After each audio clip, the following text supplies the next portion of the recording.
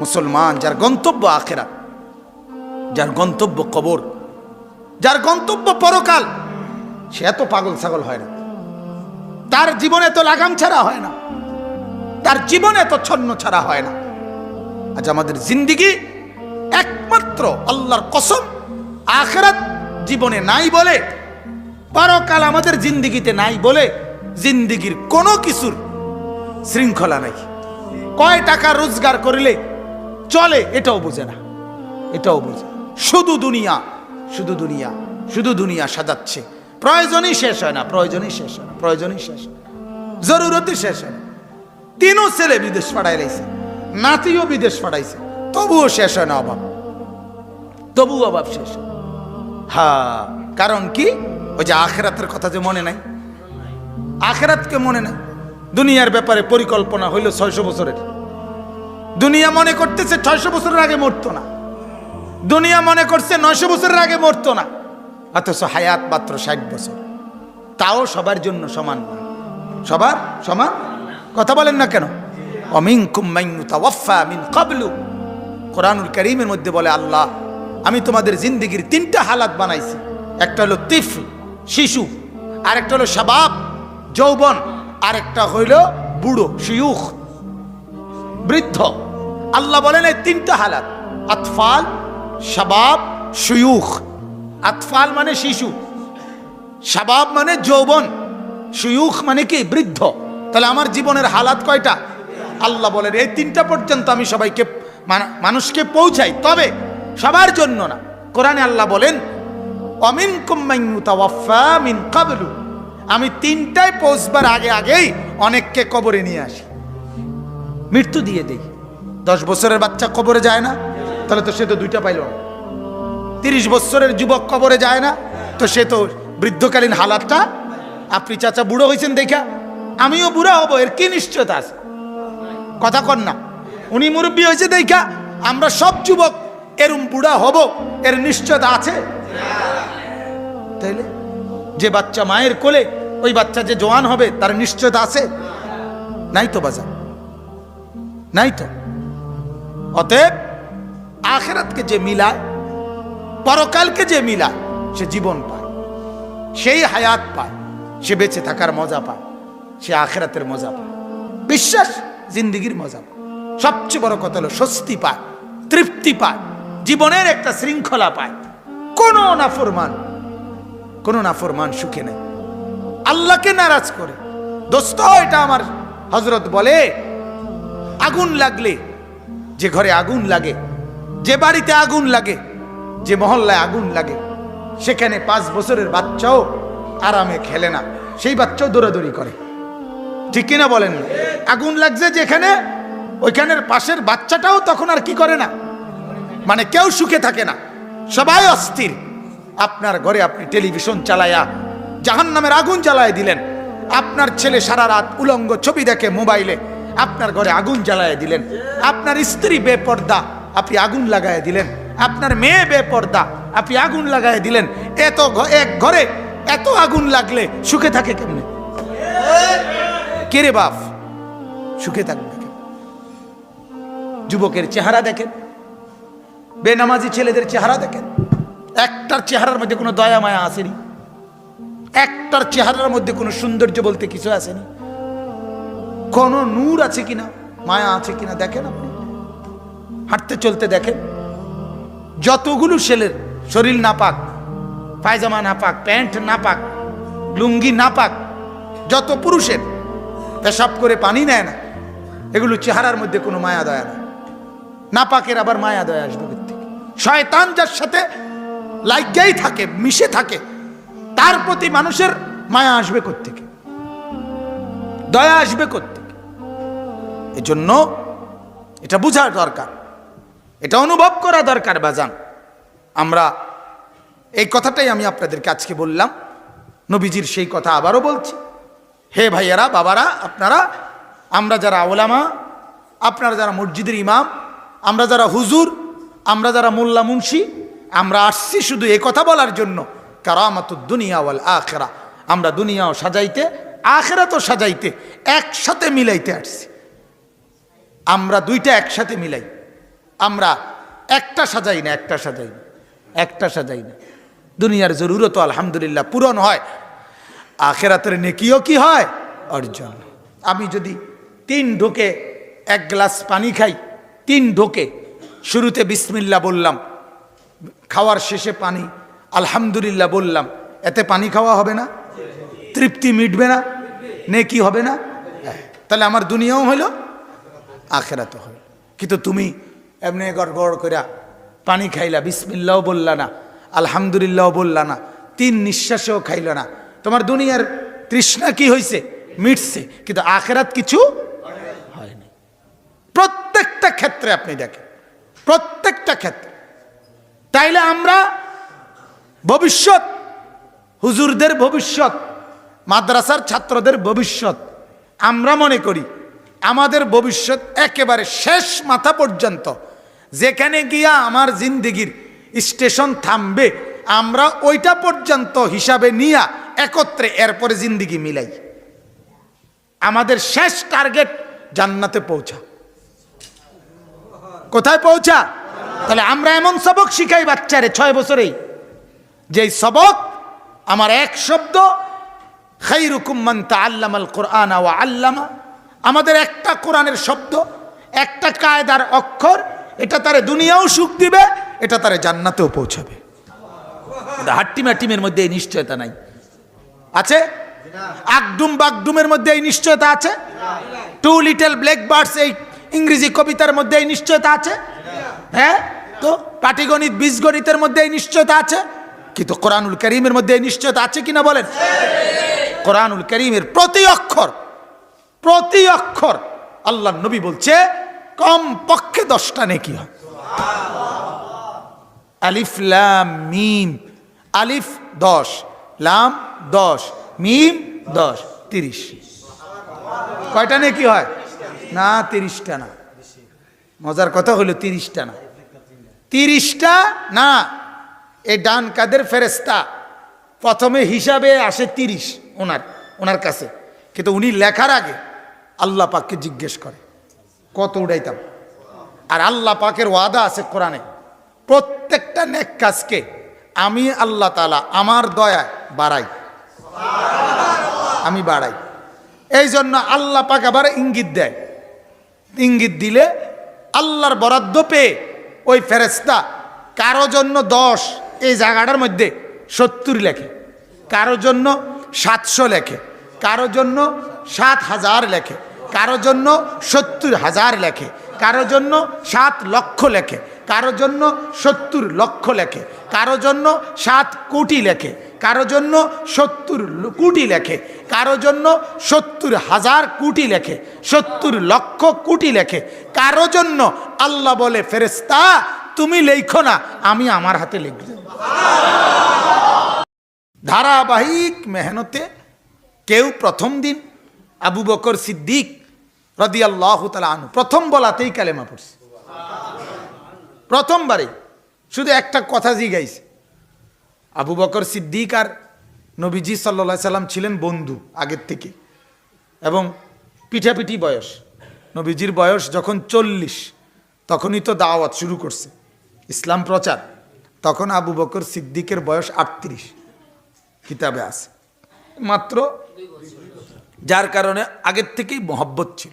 সম্ভ্রান্ত মানুষ আবু বকর, নামি দামি মানুষ। ঘটনা হইল কিতাবে আছে, আবু বকর সিদ্দিক রাদিয়াল্লাহু তাআলা আনহু এই 40 বছরের আগে, নবীজির 2-3 বছর আগে তিনি ব্যবসার কাজে গেছিলেন সিরিয়া, শাম দেশ।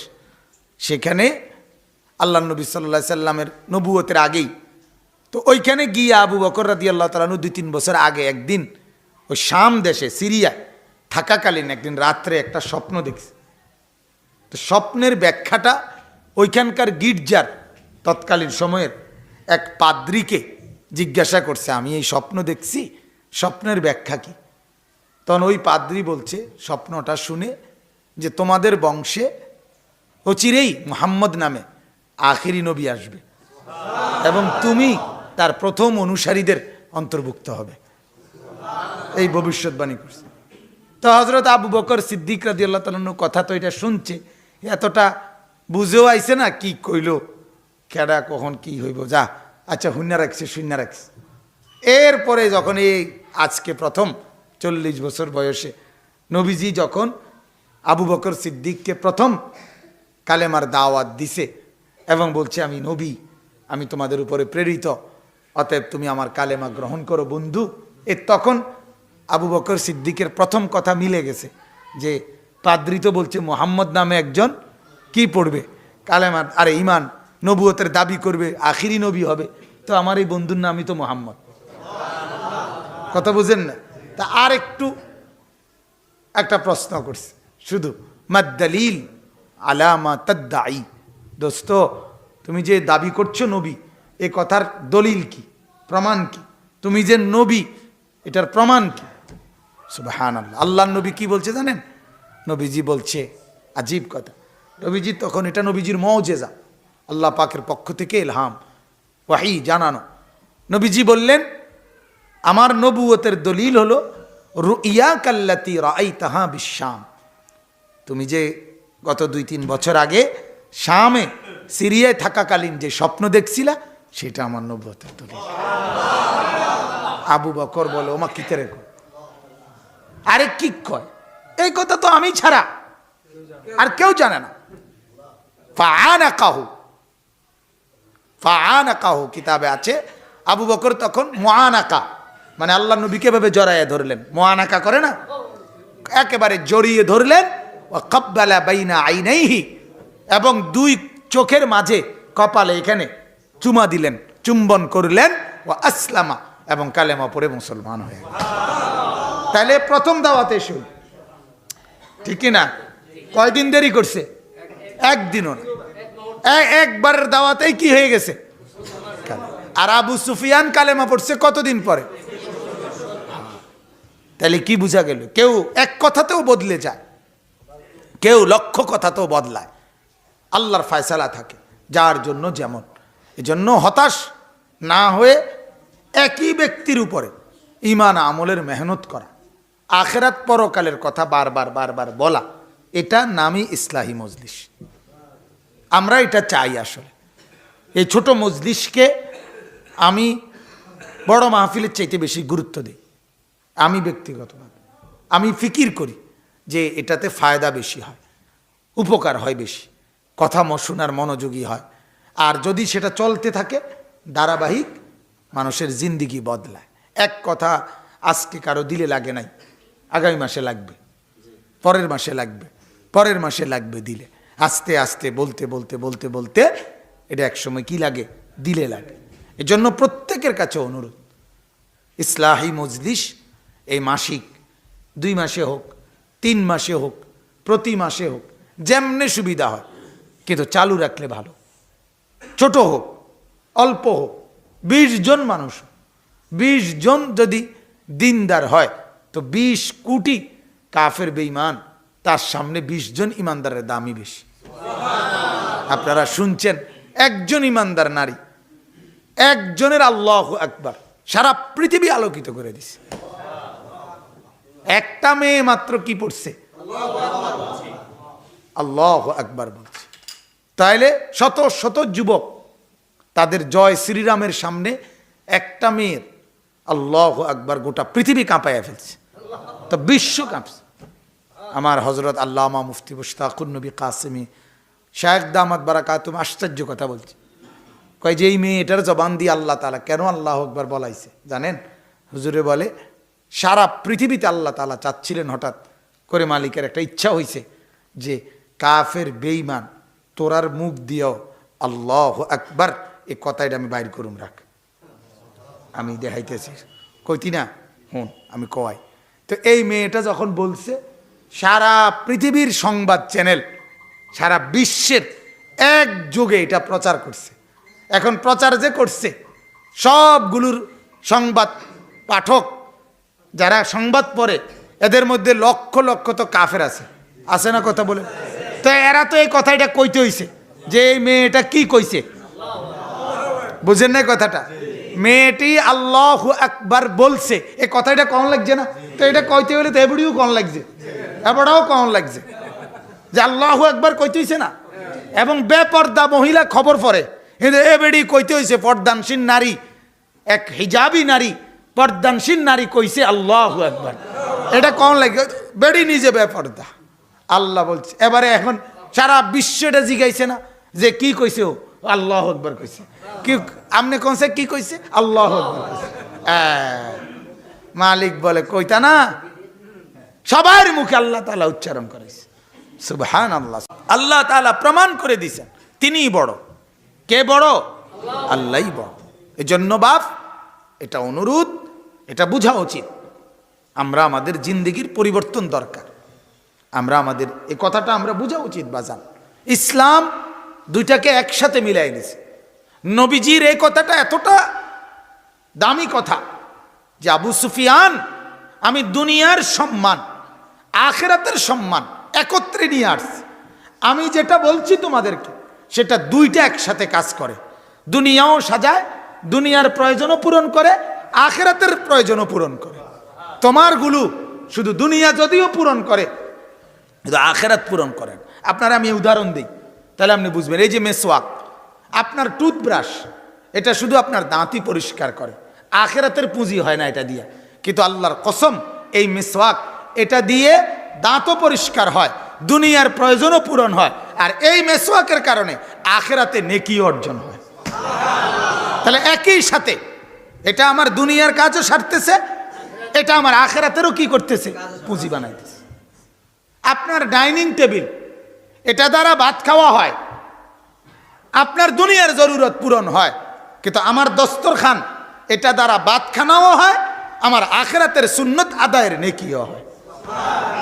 এক এ টাইম দুইটা কাজ করে, এট এ টাইম দুইটা কাজ করে। আপনার বাম পাও দিয়ে বাথরুমে ঢুকার সময় দোয়া পড়া, ডান পাও দিয়ে বের হওয়া, বের হয়ে দোয়া পড়া, এমনে ঢুকা বাহির হইলেও পেশাব পায়খানার জরুরত সারে। আর পাগল ছাগলের মতো, হ্যাঁ গরু ছাগলের মতো যে ঠ্যাং দিয়ে মনে কয় ডুইকা লাইলো পেশাব পায়খানার কাম সারে, ঠিক কিনা বলেন? কিন্তু তোমার আখিরাতের পুঁজি হয় না। আমি বাম পাও দিয়ে ঢুকলে, ডান পাও দিয়া বের হইলে, এবং দোয়া পড়ে ঢুকলে, বাইর হইয়া দোয়া পড়লে, এটার দ্বারা আমার দুনিয়ার পেশাব পায়খানার জরুরত এটাও পূর্ণ হয়, আমি যে সুন্নত আদায় করলাম এটারও আমল নামায় নেকি হয়। কারামাতুদ দুনিয়া ওয়াল আখিরা।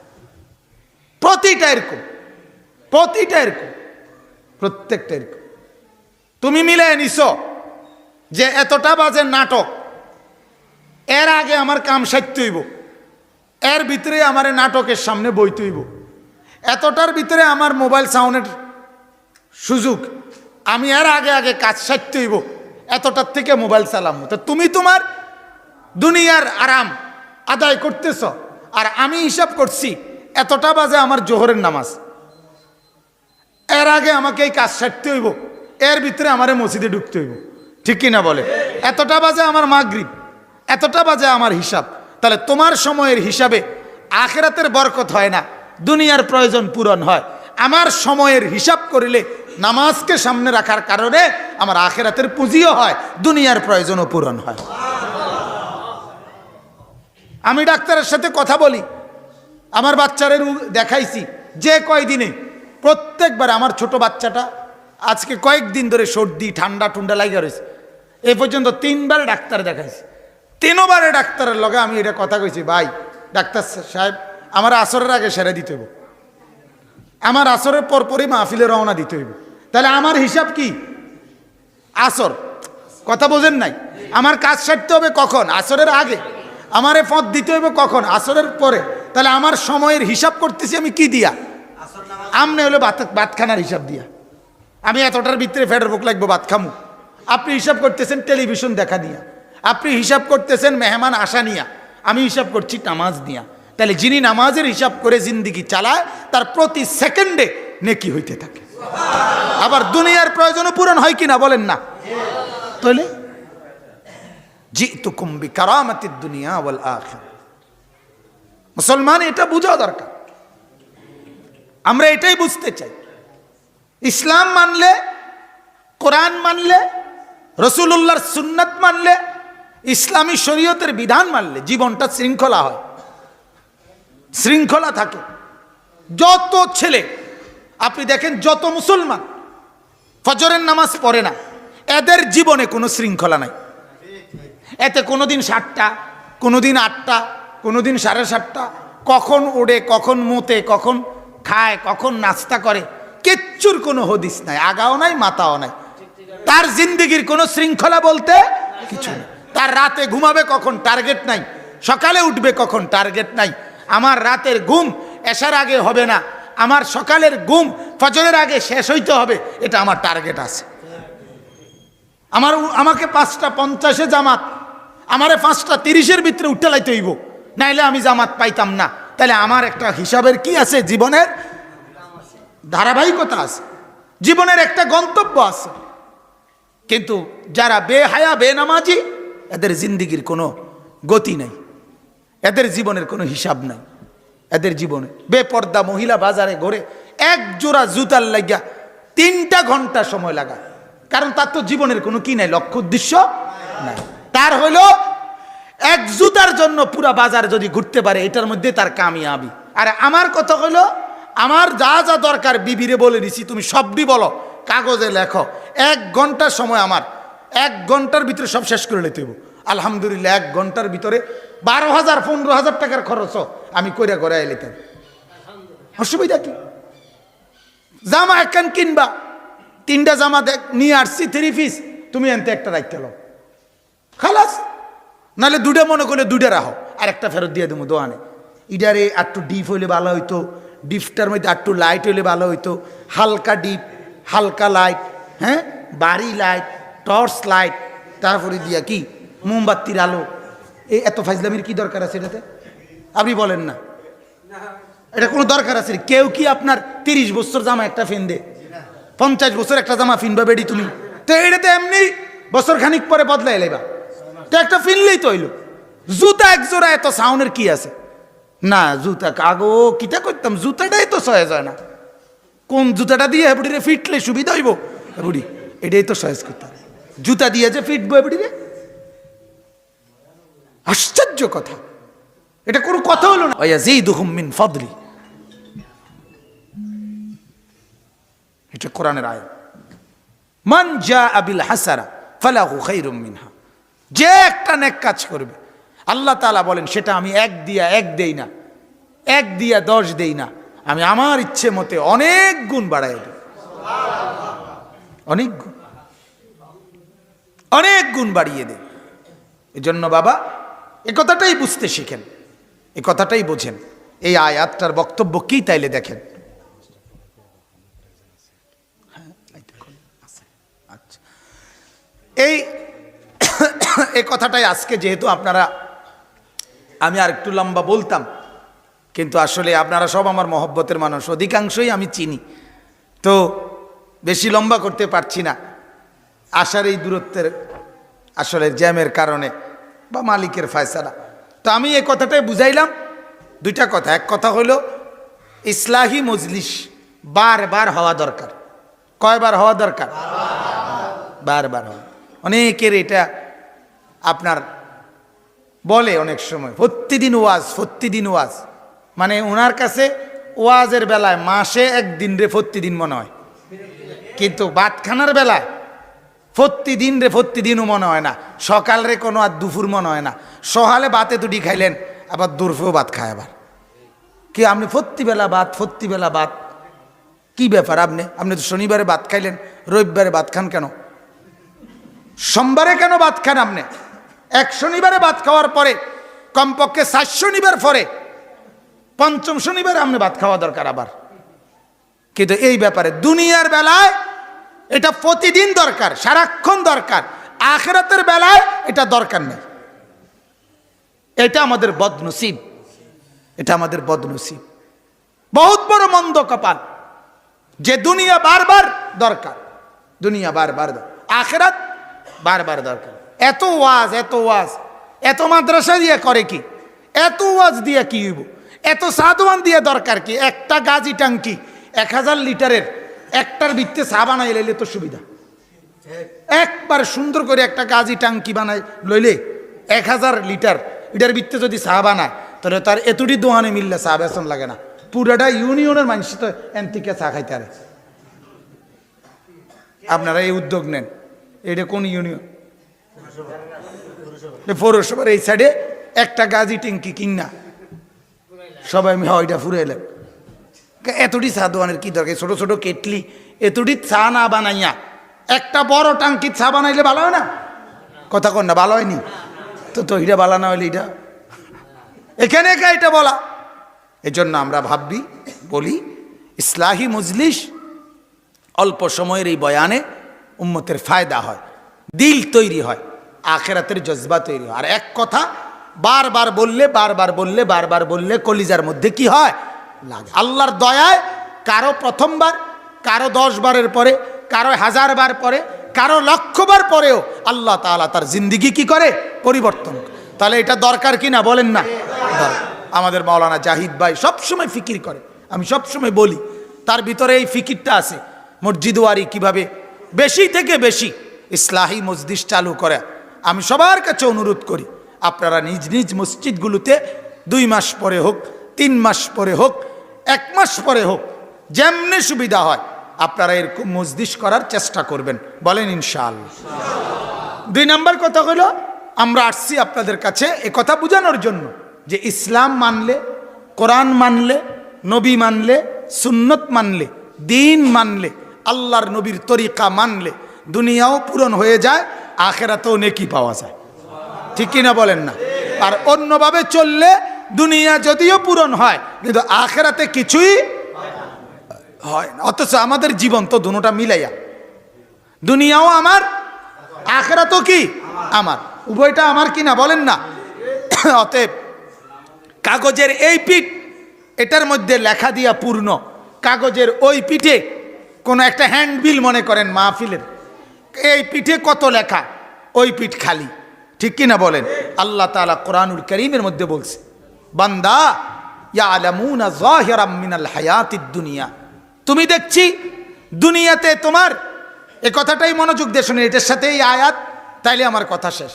আল্লাহ বলেন বান্দা তোমার অবস্থাটা কি দেখো, তুমি দেখছি তোমার এই দুনিয়ার হায়াতের মাটির উপরের যেই পিঠটা, এটারে তো খুব সাজাইতেছো, এটা বুঝতেছো, এটারে কতভাবে সাজাইতে হবে এটা তো তুমি পুরাই বুঝতেছো, কিন্তু তুমি কি এটা বুঝতেছো না যে এই মাটির নিচে তোমার আরেকটা পিঠ আছে, এটার উপরের ঘরটা যেমন সাজাইলা, ওই পিঠে তো তোমার কবর নামে আরেকটা ঘর আছে।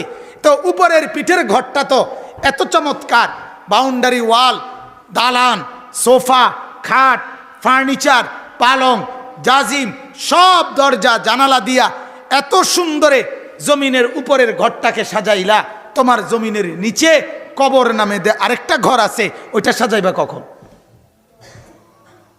বলেন না বাজার, ওইটা কে সাজাবে? ইয়ালামুনা যাহিরাম মিনাল হায়াতিদ দুনিয়া, আল্লাহ বলে তোমরা কেবল বুঝতেছো তোমাদের জীবনের উপরের অংশ, ওয়া হুম আনিল আখিরাতি হুম গাফিলুন, অথচ আখিরাত থেকে হয়ে আছো একেবারে গাফিল, কবর থেকে হয়ে আছো গাফিল। বাজান এটা মনে রাখেন, দুনিয়ার ঘর, আমার এই কথাটা খুব গুরুত্বপূর্ণ, মনে রাখেন, আমার দুনিয়ার যে ঘরটা আমি সাজাইতেছি, এই ঘরটা যদিও আমি একা সব কিছু সাজাইয়া যাইতে নাও পারি, তাতেও কোনো অসুবিধা নাই, আমার সন্তান বাকিটা পুরাবে, আমার নাতি বাকিটা পুরাবে। আব্বাই বিড়া বাইন্দা গেছে, ফুতে ঘর করছে, ঠিক কিনা বলেন? নাতি এ দোতলার কাম করছে, হইতে পারে না এমন? অথবা নাতি আইসে আরো 10 শতক জায়গা বাড়াইয়া বাড়ির ওয়াল বাড়াইছে, 3 পুরুষে মিল্লা, 4 পুরুষ মিল্লা হয়তো এই ঘর এই বাড়ি সাজাইছে, হইতে পারে না এমন? এবং এমনই হচ্ছে। তাহলে তোমার দুনিয়ার ঘর কিন্তু তুমি একলা না সাজাইলেও বাকিরা এসে সাজাবে, কিন্তু আল্লাহর কসম, কসম আল্লাহর, আমার কবরের ঘর আমি যদি না সাজাই, আমার সন্তান আমার কবরের ঘর সাজাইতে পারবে না। এই কথাটাই যদি বুঝেন তো যথেষ্ট, তাইলে আমার বলা সার্থক। এই এক কথাই শুধু ভাবেন, তোমার দুনিয়ার ঘরে আপনি সোফা বানাইয়া দেন নাই, অসুবিধা নাই, আপনি যান গায়ে কবরে, আপনার ফুতে বানাবে, ঠিক কিনা বলেন না? আপনি টেবিল বানাইছেন, আপনি চেয়ারটি বানাইতে পারেন নাই, চলে যান আপনি কবরে, অসুবিধা নাই, আপনার ছেলে চেয়ার বানাবে। কিন্তু কবর বলেন না, আমার কবর যদি আমি সাজায় না যাই, কে সাজায় দেবে? আমার ছেলে, আমার নাতি, আমার মেয়ে? তো তো বাজান, ওটা তো আমারই ঘর। আল্লাহ তাআলা এটাই বলছে, বান্দা এই পিঠ তো খুব সাজাইলা, ওই পিঠ থেকে গাফেল কেন? ওই পিঠে কি তুমি যাবা না? এত মানুষ মরছে তুমি দেখো না?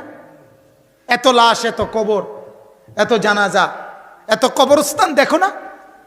এত কবরস্থান দেখো না? এত কিছু দেখেও বুঝো না তুমিও যেতে হবে?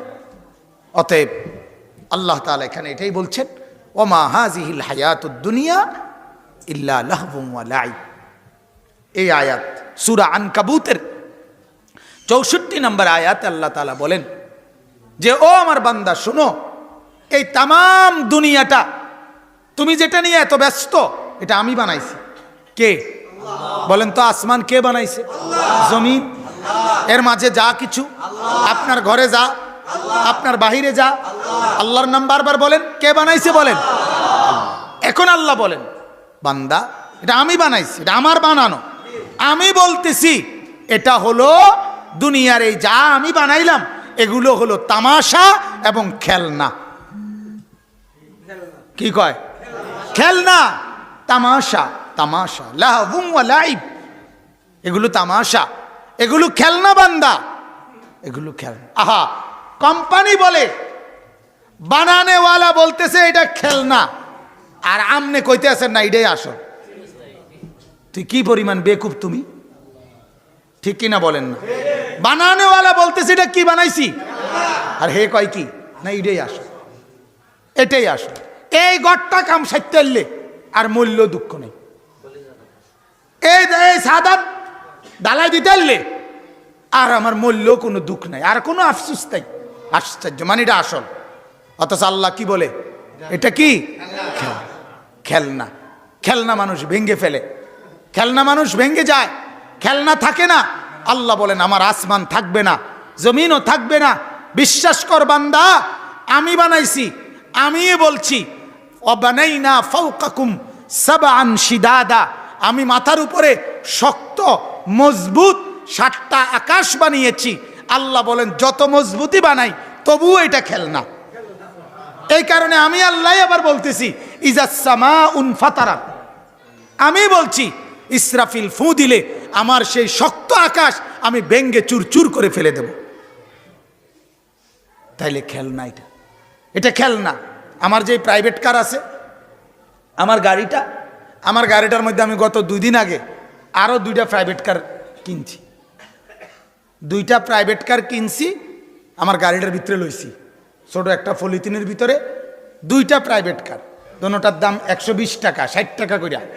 আমার ছোট ছেলের জন্য, 5 বছরের আমার যেই ছেলেটা, তার লাগিয়া আমি আমার গাড়ির ভিতরে 2টা গাড়ি কিনছি, 2টা প্রাইভেট কার লইছি, এবং দোনোটার দাম হয়েছে কত? 120 টাকা। কন্ত কি? হ্যাঁ, কোনটা কি গিরা বুঝছেন হিসাবটা? কিছুদিন আগে আমি আমার ছেলের জন্য একটা বেকু কিনছি, বেকু, এটার দাম 140 টাকা। এটা আমার গাড়ির ভিতরে লইয়া পড়ছি। এটা কি? খেলনা, ঠিক না? এটা বুঝাইলাম আর, খেলনা, এটা খেলনা। ঠিক আল্লাহ তাআলা বলে, বান্দা যা তুমি সাজাচ্ছ মাটির উপরে খেলনা, খেলনা, এটা আমি রাখবো না। আরে আমার আসমানই রাখতাম না তো সোফা দিয়ে তুই থাকবো করতে কি রে ভাই? আমার মাটিটাই থাকতো না। ইদা রাজ্জাতিল আরদু রাজ্জা, আমার জমিনের রেজা রেজা বানাইলাম।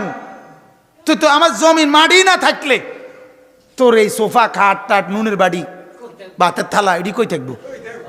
কিত্তা তুই এই জানটা ফানি করছ কেন? এটা ভাতে না দুগা খাইবা, এটার লেগে এরকম শুরু করলা কা? কেন এত পরিশ্রম করছো বাজান? কেন এত মজবুত, এত মজবুত, এত মজবুত? আরো মজবুত হলেও তো থাকবে না। শেষ আল্লাহ বলেন, ওয়া ইন্নাদ দারাল আখিরাতা লাহিয়াল হায়াওয়ান। অতএব বান্দা এটা শুনে নাও, আখিরাতের ঘর, কবরের ঘর, পরকালের ঘর, সেটাই হলো জীবন, সেটাই হলো আসল। আসল কোনটা?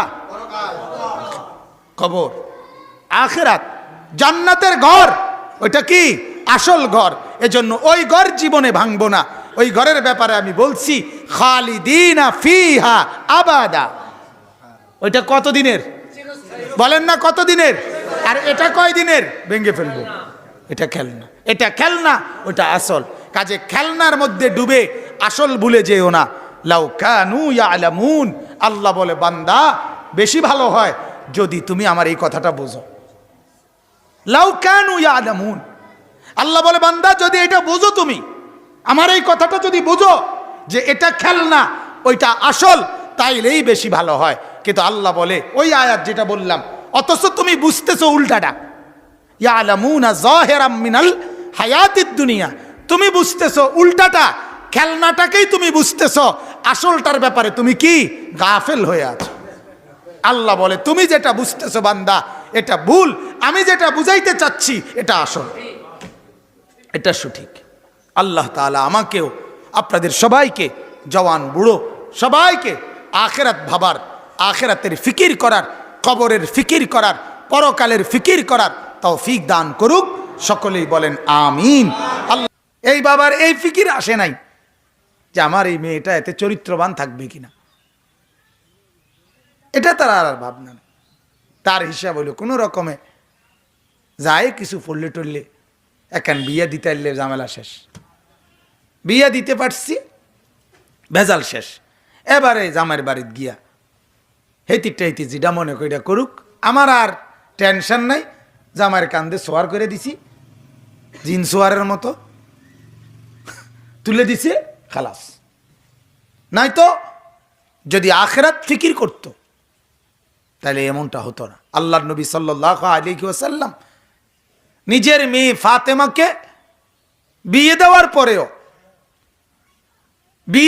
পরেও হযরত আলীর কাছে তো বিয়ে দিছে, মেয়েকে দিছে না, আলীর ঘরে গিয়া মেয়েকে ঘুম থেকে তুলছে ফজরের ওয়াক্তে। বহুদিন আল্লাহর নবী সাল্লাল্লাহু আলাইহি সাল্লাম ঘুম থেকে তুলে বলতেন, ফাতেমা কুমি লিসসালাহ, ফাতেমা নামাজের জন্য উঠো মা, আনকিজি নাফসাকে মিনান নার, তোমাকে তুমি জাহান্নামের আগুন থেকে বাঁচাও।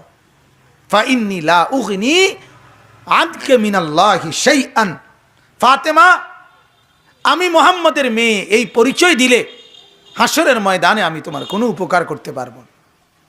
এক বাপ এটা ভাবছে। হযরতে আলীর ঘর থেকে, স্বামীর ঘর থেকে মেয়ে আসছে বাবার কাছে।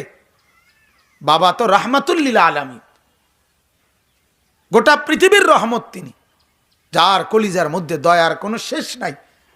এরপরও মেয়ে আসছে, আয়েশা দেখাইছে, এক নিজের কন্যা দেখাইছে, আব্বা ফাতেমা রাদিয়াল্লাহু তাআলা আনহা দেখেন আমার আঙ্গুলগুলো জাতা। তখনকার দিনে দুইটা পাথরের গোল গোল, যেটার মাঝখানে একটা ডান্ডার মতো থাকতো, এগুলা ঘুরাইলে আপনার আটা পিষত, এগুলা ঘুরাইয়া গম বানতো। এরপর আরো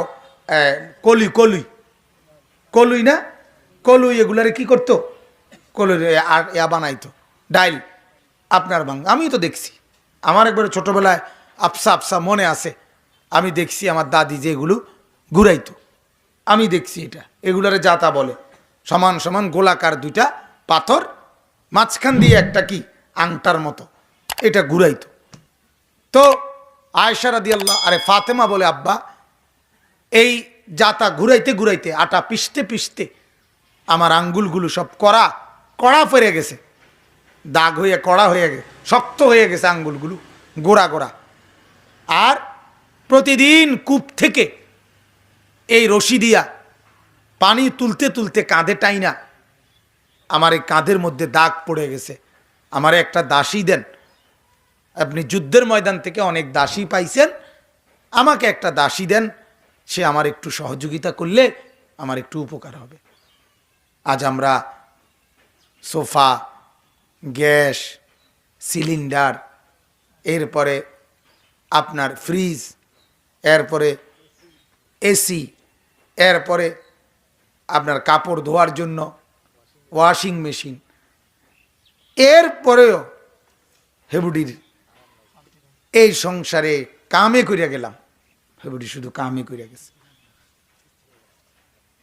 হেবুডি শুধু জীবনটা দিয়া লাগছে, মানে উনার থেকে বেশি কষ্ট পৃথিবীর কোনো যুগে কেউ করে নাই। এই সব থাকার পরেও এত সুখের এত আয়োজন, সুখের এত আয়োজন, এত কিছু থাকার পরেও, এত কিছু থাকার পর সব এগুলো না, শুধু আরো বহু কিছু, আবারও বহু কিছু, ব্লেন্ডার মেশিন, কথা কর না কেন, এরপরে দিয়ে আপনার এই যে হ্যাঁ চাইলের তো হ্যাঁ দান।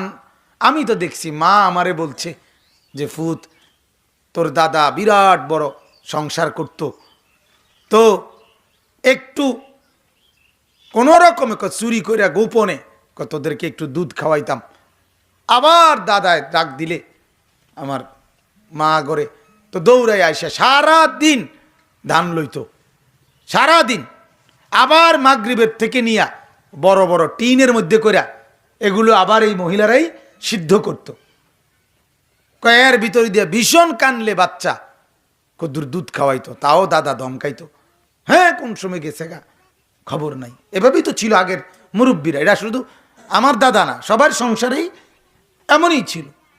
যাই হোক, তো মা ফাতেমা রাদিয়াল্লাহু তাআলা আনহা আপন কন্যা কলিজার টুকরা, নবীজি সাল্লাল্লাহু আলাইহি সাল্লাম বলেন ফাতেমা আমার দেহের অংশ, ফাতেমাকে কেউ কষ্ট দিলে সে যেন আমি নবীকে কষ্ট দিছে। তাহলে চলে?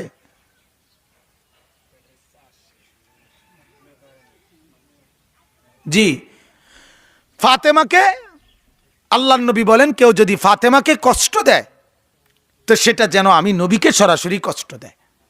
এত আদর করতেন যেই ফাতেমাকে, সেই ফাতেমা যখন বলল আমার একটা দাসী দেন, এবং আসিল তখন, মানে যুদ্ধের ময়দান থেকে দাসী পাইছে এটা দেখেই আইছে উনি, তবু আল্লাহর নবী বললেন ফাতেমা তোমাকে আমি দাসী দেব নাকি তার চাইতে উত্তম কিছু দেব? ফাতেমা রাদিয়াল্লাহু তাআলা আনহা বললেন আব্বা এর চাইতে যদি উত্তম কিছু থাকে তাহলে সেটা দেন।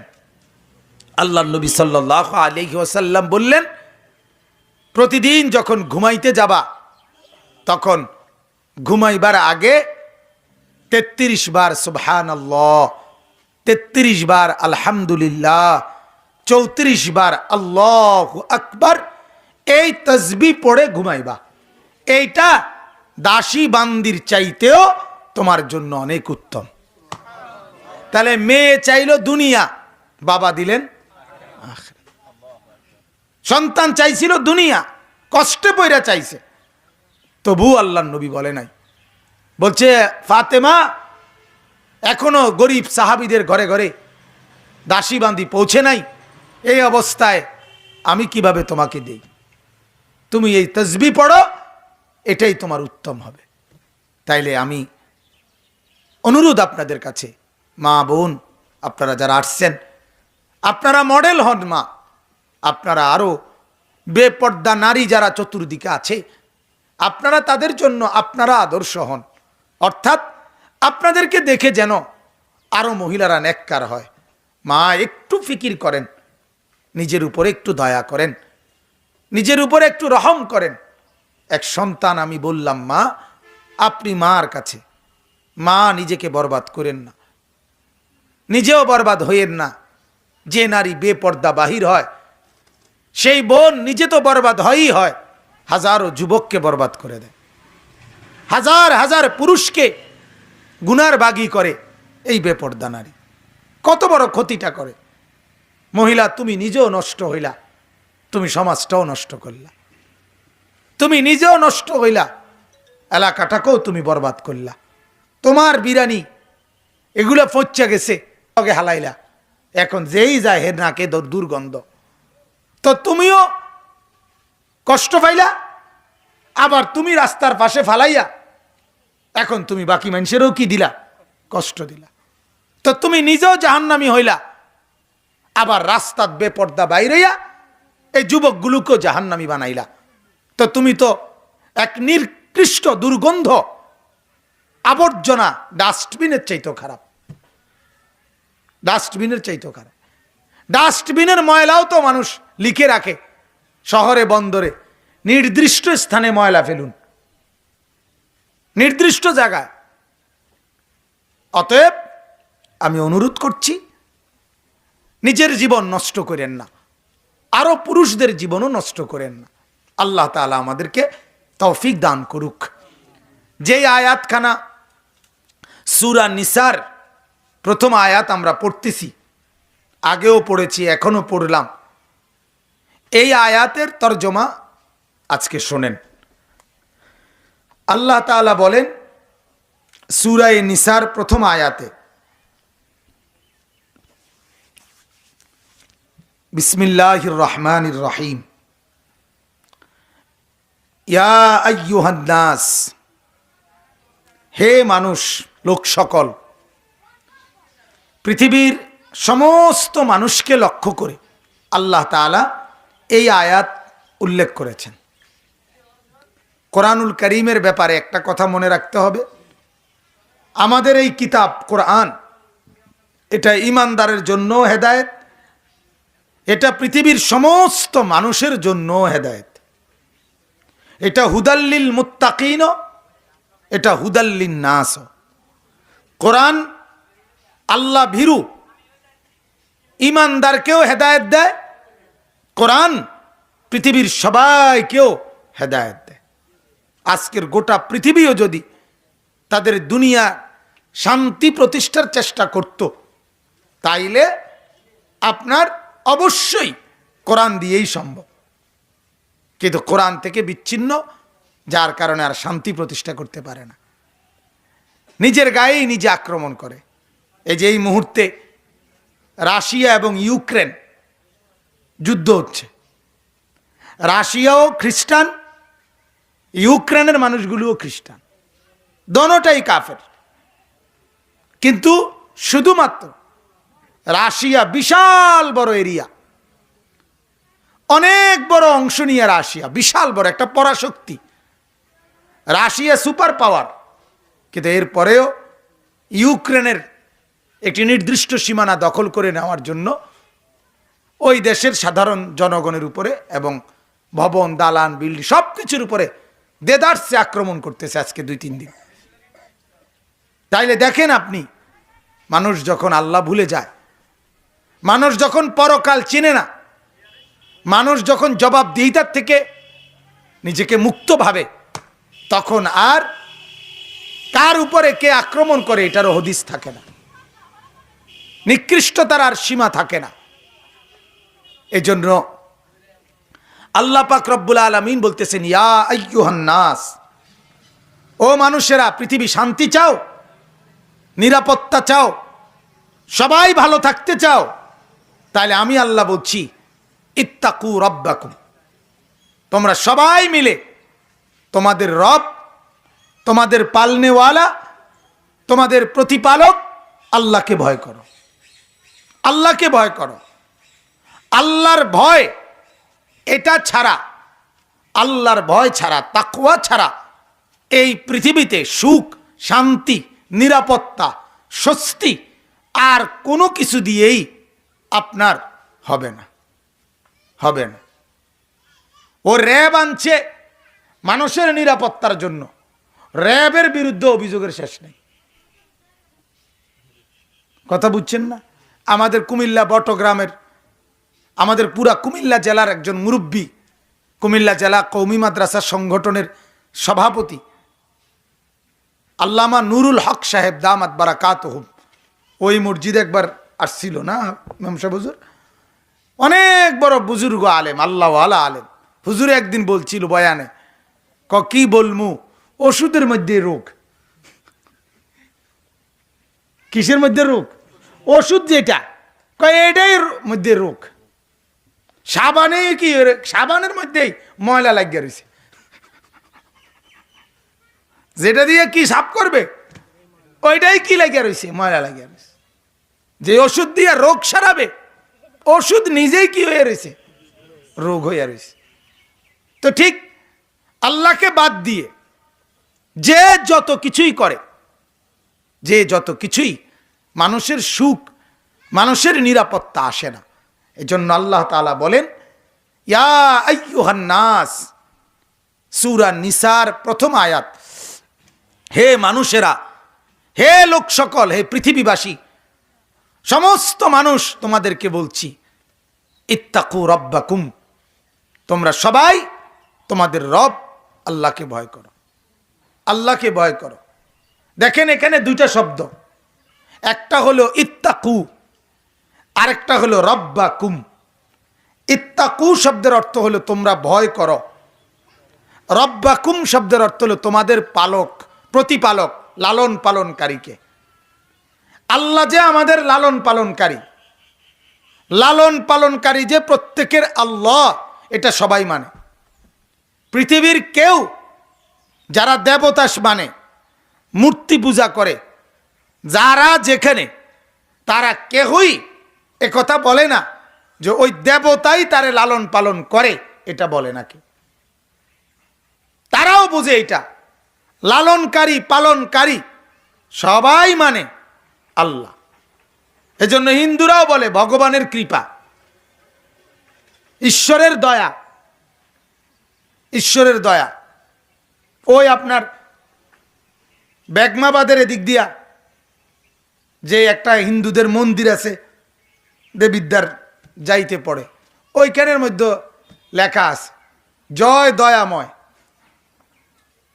অর্থাৎ আল্লাহকে ঈশ্বর বলুক আর ভগবান বলুক, যাই বলুক, পালনেওয়ালা, লালন পালনকারী, এই সব কিছু দিয়ে এটা যে শুধুই আল্লাহ, এটা সবাই জানে। তো আল্লাহ তাআলা ওই শব্দটা এখানে ব্যবহার করছে, যে শব্দে তোমরা সবাই আমাকে স্বীকার করো যে তোমাদের লালন কর্তা পালন কর্তা আমি আল্লাহ, সেই আমাকে তোমরা ভয় করো, আমাকে ভয় করো, তাহলেই তোমাদের সমগ্র দুনিয়ার জীবনের স্বস্তি, শান্তি, নিরাপত্তা মিলবে এবং পরকালের সুখ আর শান্তিও মিলবে। এজন্য তাকওয়া এত বড় নিয়ামত, তাকওয়া, আল্লাহর ভয়, আল্লাহর ভয়। যেই কোনো মানুষ তার মধ্যে দুই জিনিস একত্র না হলে সে জান্নাতে যেতে পারবে না। এক নাম্বার নাম হলো ঈমান, দুই নাম্বার হলো তাকওয়া। ঈমান আর তাকওয়া যার নাই, সে কশ্চিন কালেও জান্নাতে যাইতে পারবে না। যে আল্লাহকে ইলাহ মানে এবং আল্লাহকে ভয় করে, ঈমান আছে, তাকওয়া আছে, এই দুইটা। এজন্য কোরআনুল কারীমের মধ্যে বহু জায়গায় আল্লাহ বলছে, ইয়া আইয়ুহাল্লাযীনা আমানুত্তাকুল্লাহ, ইয়া আইয়ুহাল্লাযীনা আমানুত্তাকুল্লাহ, হে ঈমানদারেরা আল্লাহকে ভয় করো। এখানেও বলছে ইয়া আইয়ুহান নাসুত্তাকু রাব্বাকুম, হে মানুষেরা তোমরা তোমাদের রব, লালনকারী পালনকারী আল্লাহকে ভয় করো, আল্লাহকে ভয় করো। তো আমি প্রথম কথা আপনাদের কাছে এই আয়াতের এই প্রথম বাক্য থেকে আমরা এটা বললাম, সবাইকে বলছে আল্লাহ, সবাই না মানুক, কেউ না মানুক, কিন্তু আপনি মানেন, আপনি মানেন, আমি মানি, আমি মানি। আমার শায়েখ আল্লামা মুফতি মুশতাকুর নবী সাহেব হুজুরে অনেক সময় কথাটা বলে যে আমি জিকিরের কথা বলতে বলতে, সবাইকে জিকির করেন, আল্লাহর জিকির করেন করেন, এটা বলতে বলতে এক সময় আইসা হুজুরে বলে যে আপনাদেরকে আমি বারবার বললাম, তবে এটা শুনে রাখেন, আপনারা যদি কেউ জিকির নাও করেন, আমি কসম আমি আল্লাহর জিকির করবই করব। এটা হুজুরে বলে যে আমি করুম, আমি করুম। তো ঠিক এরকম আল্লাহ তাআলা তো চাচ্ছে গোটা পৃথিবী আল্লাহকে ভয় করুক, সমস্ত বনি আদম আল্লাহকে ভয় করুক। আল্লাহ সবাইকে ডাক দিয়ে বলছে, তো সবাই মধ্যে, সমস্ত মানুষের মধ্যে আমি তো আছি, তাহলে আমাকেও ডাক দিস। তো আমি আলাল ইনফেরাদ, পৃথকভাবে আমি ভাবি যে আল্লাহ তাআলা যেন আমাকেই বলছে। এবার অন্যকে বলছে না বলছে, আরো মানুষেতে মানে না, সেটা আপনি নাই দেখলেন। আরো মানুষে আগুনে ঝাঁপ দিছে, এই বলে কি আপনিও ঝাঁপ দিবেন? আরো মানুষে অ্যাক্সিডেন্টে আহত হয়েছে, আপনি বাঁচার সুযোগ আছে তাই বলে আপনিও কি ইচ্ছা করে আহত হয়ে যাবেন? তাইলে এটা তো জুলুম, এটা তো জুলুম। ওই যে হিন্দু ধর্মে আগে ছিল আপনার স্বামী মারা গেলে স্ত্রীকেও স্বামীর সাথে, জীবিত মহিলাকেও আগুনে পোড়াইয়া ফেলত। সতীদাহ প্রথা এটা ছিল আগে, অর্থাৎ সে যে সতী নারী এটার প্রমাণ হলো যে সে তার স্বামীর সাথে জীবিত থাকার পরেও নিজের জীবন দিয়া ফেলবে। এটারে বলে, এতে বোঝা যাবে এই নারী সতী। এতে আর কি বুঝবি তুই, বেডি তো মরিয়ে গেছে। বেকুব কোথাকার, বেকুব কেমন বেকুব, বেডি তো মরিয়ে গেছে, ফুরিয়ে লাইছো তুমি। এবারে ফুরিন না বেডি সতী কিতা অসতী কিতা, আশ্চর্য বুঝ। আল্লাহকে বাদ দিলে, আল্লাহর বিধান বাদ দিলে বিশ্বাস করেন মানুষ বোকা হয়ে যায়। আমি এটা প্রায় বলি, প্রত্যেকটা পাপী নাফরমান জালেম তার বুদ্ধি কম, বুদ্ধি কম। আপনি না মনে করেন অনেক বুদ্ধি কাফের দূর বেটা, কিসের বুদ্ধি? নিজের জাহান্নামের আগুন নিজে বানাইতে আছে, সুদখোর ঘুষখোর। এইটাই যে বোঝে না যে এই সুদের টাকাটার বিনিময়ে আমার আগুন জ্বলবে, আমার গায়ে জ্বলবে আগুনটা, এটা যে বেকুবে বোঝে না, হেতে বুদ্ধিমান। তাহলে আপনি বলেন, যেই নারী বোঝে না যে আমি যে বেপর্দা হইতেছি এটার কারণে জাহান্নামের আগুন আমারে জ্বলতে হবে, বেডি তুই বেডি নিজে জ্বলবি, এই কথাটা যেই মেয়েটা বোঝে না, যেই মহিলাটা বোঝে না, তার মতো বেকুব কি আর কেউ হয়? তাইলে আপনি বলেন বেকুব। এটা আল্লাহ বলছে, লা ইয়াকিলুন আল্লাযীনা লা ইয়াকিলুন। আল্লাহ বলেন নাফরমানের আকল থাকে না, পাপীর কোনো দিমাগ থাকে না। জালেমের, তুমি যে জুলুম করছো, আজকে না জুলুম করলা, আগামী দিনে যে এই জুলুমের শাস্তি তোমার উপরে আসবে, তুমি এটা বুঝো না, তুমি এটা ভাবো না। এজন্য প্রত্যেকটা পাপী বোকা হয়। যেই যুবক নিজের চরিত্র নষ্ট করতেছে, তার যে যৌবন ক্ষয় হইতেছে, এটাই হে বোঝে না, তাই বেকুব না? তুই উলঙ্গ ছবি দেখো, নর্তকীর নাচ দেখো, দেখে তুমি যৌবন ক্ষয় হয় তোমার, এটাও তুমি বোঝো না, তো তুমি বেকুব না তো কি? তুমি বোকা না তো কি? এজন্য পাপী বেকুব হয়, নাফরমান বোকা হয়, নেককার বুদ্ধিমান হয়। আল্লাহর নবী সাল্লাল্লাহু আলাইহি সাল্লাম বলেন, আল কাইয়িসু মান দানা নাফসাহু।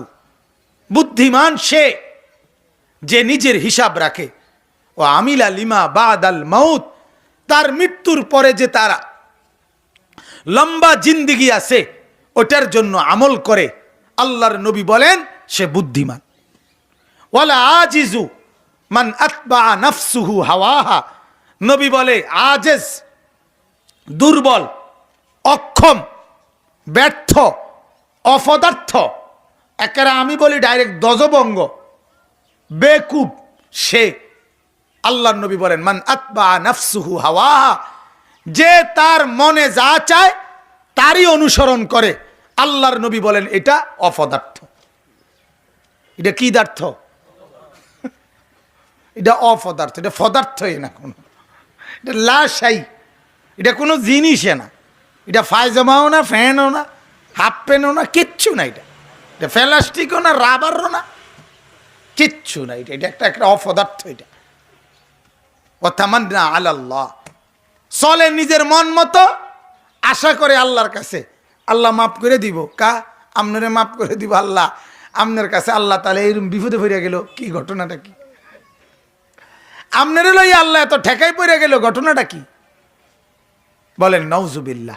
অতএব ইয়া আইয়ুহান নাসু তাকু রাব্বাকুম, আল্লাহ তাআলা বলেন ও মানুষ, হে লোক সকল, তোমাদের সবাইকে আমি আল্লাহ বলছি ইত্তাকু রাব্বাকুম, তোমরা সকলেই তোমাদের রব, তোমাদের পালনেওয়ালা, তোমাদের রিজিক, তোমাদের আহার, তোমাদের জীবন, তোমাদের হায়াত, তোমাদের রাত, তোমাদের দিন, তোমাদের শরীর, তোমাদের সুস্থতা, সমস্ত নিয়ামত, খাদ্য খাবার, আহা প্রতিটা নিঃশ্বাস, প্রতিটা চোখের পলক, হাতের প্রতিটা নড়া চড়া অঙ্গ প্রত্যঙ্গের প্রত্যেকটা বিষয়, এই সব কিছু দিয়ে যিনি তোমাদেরকে লালন করছেন, পালন করছেন, আল্লাহ বলেন তাকে ভয় করো, তাকে মূল্যায়ন করো। এত কিছু যার থেকে পেলা, তাকে মোটেই মূল্যায়ন করলা না, কিছুই পাইলা না যেই বন্ধু থেকে, তার পিছে পিছে গুল্লা সারাক্ষণ। আহা, আমার তো মাঝে মাঝে এটা জিজ্ঞাসা করতে মন চায় যে এই সমস্ত মহিলারা অনেক টাকার পাউডার, সুনু, ফেয়ার অ্যান্ড লাভলি, এগুলো তো খরচ আছে, কথা বলেন না? পাউডার কি আর বিনা পয়সা দেয়নি? পাউডার কি আর মাটির চাটনি? কথা বুঝেন না? ফেয়ার অ্যান্ড লাভলি এটা তো আর কি না পেলে ফ্যাঁকোলা মাটি না ঢইলে লাউন, এটা খরচ আছে কিনা বলেন? তাহলে এত টাকা খরচ করে তুমি এতক্ষণ লাগাইয়া সাইজা গুইজা, মা বোন, তুমি যে রাস্তার পুরুষকে দেখাইলা, তো তারা তোমার 10টা পয়সা দিছিনি, তো তুমি এত বেকুব এলাকা, তোমার একটা টাকা ইনকাম নাই, এটাতে 4.5 পয়সার ইনকাম নাই। আর যত বেড়াই তোমারে দেখছে, সব বেড়াই যদি তোমার লাগিয়া বাইতাইয়ে, তো তুমি সামাল দিতে পারবেনি? কথা কর না গা, পারবেনি তো? তো তুমি তাহলে এত বেড়াই কিনলে দেখাইলা?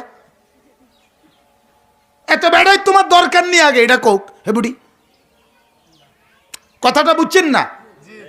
এক রাস্তা এখান থেকে দেবিদ্বার আইতে যাইতে যত বেড়াই দেখছে, তোমার এত বেড়াই দরকার আসেনি, তো এত বেড়াই যেহেতু দরকারই নাই, তো এগুলোর কেন দেখাও? ইনকামও নাই, সারে না, 10টা পয়সা খরচ নাই, আরে আয় নাই, শুধু খরচই খরচ। দুনিয়াও বরবাদ, আখিরাতও বরবাদ। দুনিয়াও টাকা গেল, দুনিয়াও মানুষের ঘৃণা আসলো, আখিরাতের জাহান্নাম মিলল। এজন্য মা, আল্লাহকে ভয় করেন। আজকে এতটুকুই কথা বলবো মূলত। ইয়া আইয়ুহান নাসুত্তাকু রাব্বাকুম, আল্লাহ তাআলা বলেন, হে মানুষ, আমি তোমাদের সবাইকে বলছি, তোমরা তোমাদের রব, তোমাদের পালনেওয়ালা। আহা, এটা দুনিয়ার নিজাম, এটা দুনিয়ার নিজাম। মা এটা বুঝেন, দুনিয়াতেও মানুষ মানুষকে খোঁটা দেয়। এটা তোর বড় ভাই, তোরে 10টা বছর ধরে তোরে টাকা পয়সা দিয়া তোরে ফালছে, আজ তুই তোর সেই ভাইয়ের চোখের উপরে চোখ রাঙ্গাইয়া কথা বললি।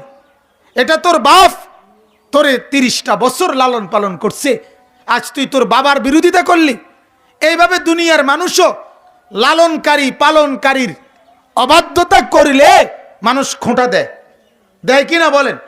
তাহলে সেখানে আল্লাহ পাক রব্বুল আলামিন যদি বলে, বান্দা, তা আমি কেমন লালনকারী পালনকারী একটাবার তুমি ভাবো, আমি কেমন লালনকারী।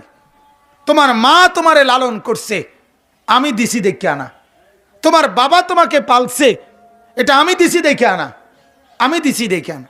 কিন্তু আমি তো রব্বুল আলামিন, যখন তোমার নাম গন্ধও ছিল না, একবার শুধু বুঝার জন্য বলি, একজন স্বামী স্ত্রীর একবারের মিলন, এতে একজন স্বামীর একবারের বীর্যপাত, এতে কোটি কোটি কোটি কোটি সন্তান উৎপাদন করার মতো শুক্রাণু থাকে, কোটি কোটি থাকে। আল্লাহ তাআলা সেই কোটি কোটি শুক্র থেকে যেই শুক্র একটাকে নির্ধারণ করছেন, এটা দিয়ে তুমি আনিসুর রহমানকে বানাবো, তো আল্লাহ তাআলার এটা কি পরিমাণ ইহসান। কোটি কোটি শুক্র, এগুলোকে আল্লাহ তাআলা ফেলে দিলেন, যা এগুলো লাগবে না। সেখান থেকে আল্লাহ তাআলা আমাকে জন্য, আমাকে বানাইবার জন্য একটা শুক্রাণু এটাকে নির্ধারণ করে দিলেন, ঠিক আছে, তুমি নষ্ট হইও না, তোমাকে দিয়ে আমি আমার আনিস ইসলামের বান্দাকে বানাবো। তা আল্লাহ তাআলা বলেন, তোমার তো কোনো নামগন্ধই ছিল না বান্দা, সেই অনস্তিত্ব থেকে, লাম ইয়াকুন শাইআম মাযকুরা, সেখান থেকে আমি আল্লাহ তাআলা তোমাকে আজকের এই পৃথিবীতে একত্র করলাম, আনলাম, তিল তিল তিল তিল তিল তিল করে 9 মাস তোমাকে গড়লাম, সাজাইলাম। তোমার নাক, চোখ, কান, তুমি পুরুষ হও আর নারী হও, আমি আমার হাতে বানাইলাম। আমার ইচ্ছায় কোনো মার পেটে ছেলে দিতেছি, কোনো মার পেটে মেয়ে দিতেছি, কার ইচ্ছায় বলেন? কোনো এটা নিয়ে সরকারি কোনো রিপোর্ট অথবা কারো কোনো পরামর্শ যে দেখেন আমাদের এই ইউনিয়নে যে পরিমাণ গত 6 মাসে ছেলে হয়েছে, সেই তুলনায় মেয়ে পরিমাণে কম, আপাতত এই ইউনিয়নে মেয়ে বরাদ্দ বাড়ায় দিলে ভালো হয়, এমন কোনো সুযোগ আছে কি? কোনো সুযোগ নেই। আল্লাহ তাআলা বলেন, আমি দিচ্ছি, সম্পূর্ণ আমার ফয়সালা, সম্পূর্ণ আমার সম্পূর্ণ। কেউ 30 বছর একটা ছেলেই চাইতেছে, হয় না, কেউ চাইতেছে না, হইয়া থুবাই লাইতেছে। মালিক বলে সব আমার ইচ্ছা, আমার দয়া, আমার মেহেরবানি। অতএব অনস্তিত্ব থেকে তিল তিল করে আমি তোমাকে লালন করে পালন করে প্রতি সেকেন্ড প্রতি মুহূর্ত আমি আমার নজরদারিতেই তোমাকে রাখছি বান্দা। এরপরও তুমি কেন আমাকে ভুলে যাচ্ছ, কেন আমাকে ছেড়ে দিচ্ছ? অতএব আজ এতটুকুই কথা, লালনকারী পালনকারীকে নারাজ করতে নাই মা। আল্লাহ আমাদের পালন কর্তা, আল্লাহ আমাদের লালনকারী। অতএব আজকের থেকে ইনশাল্লাহ আবারও ওয়াদা করব, আমরা আমাদের আল্লাহকে নারাজ করব না, বেপর্দা হব না, বেহায়াপনা করব না। নওজোয়ান বোন যারা, তাদেরকেও বলি বেপর্দা হয়েও না বোন। বোন নিজেকে লজ্জিত করো না, যে পুরুষ তারা বাহিরে দেখে তোমাকে, তারা তোমাকে সম্মান করে না, তারা তোমাকে বেজ্জুতি আর উপভোগের নজরে দেখে। মা, আপনার মেয়েকে আপনি বেপর্দা রাস্তায় ছাইরেন না, আপনারা আপনাদের মেয়েদেরকে বেপর্দা ছাইরেন না, নিজেদের পুতের বউদেরকে বেপর্দা ছাইরেন না। অনুরোধ, ঘরের মধ্যে টেলিভিশনে নর্তকীর নাচ, নাটক, সিনেমা এগুলো দেখেন না। এগুলো আরো শাহওয়াত, এগুলো আরো বেপরদিগি উস্কে দেয়। আল্লাহ তাআলা যত মা বোন এসেছেন, আল্লাহ তাআলা আপনাদের সবাইকে ঈমান আমলের দৌলত দান করুক, তাকওয়ার দৌলত দান করুক। আল্লাহ তাআলা আপনাদেরকে বারবার আল্লাহর দ্বীনের জন্য ইবাদত আর বন্দেগী করার তৌফিক